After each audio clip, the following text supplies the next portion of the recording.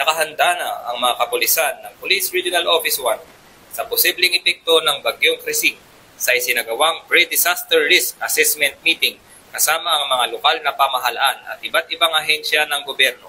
Tiniyak ng Police Regional Office 1 na nakaalerto na ang kanilang mga tauhan upang magsagawa ng rescue operations, traffic management at seguridad sa mga evacuation center.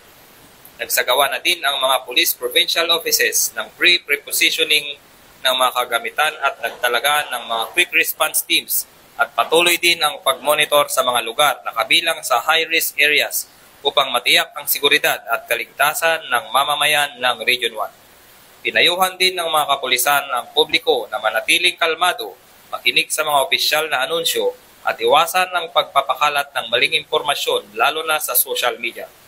Patuloy ang koordinasyon ng Police Regional Office 1 sa mga Disaster Response Unit, Department of Social Welfare and Development at Office of Civil Defense upang matiyak ang mabilis na pagbibigay ng tulong sa mga maapektuhan na residente.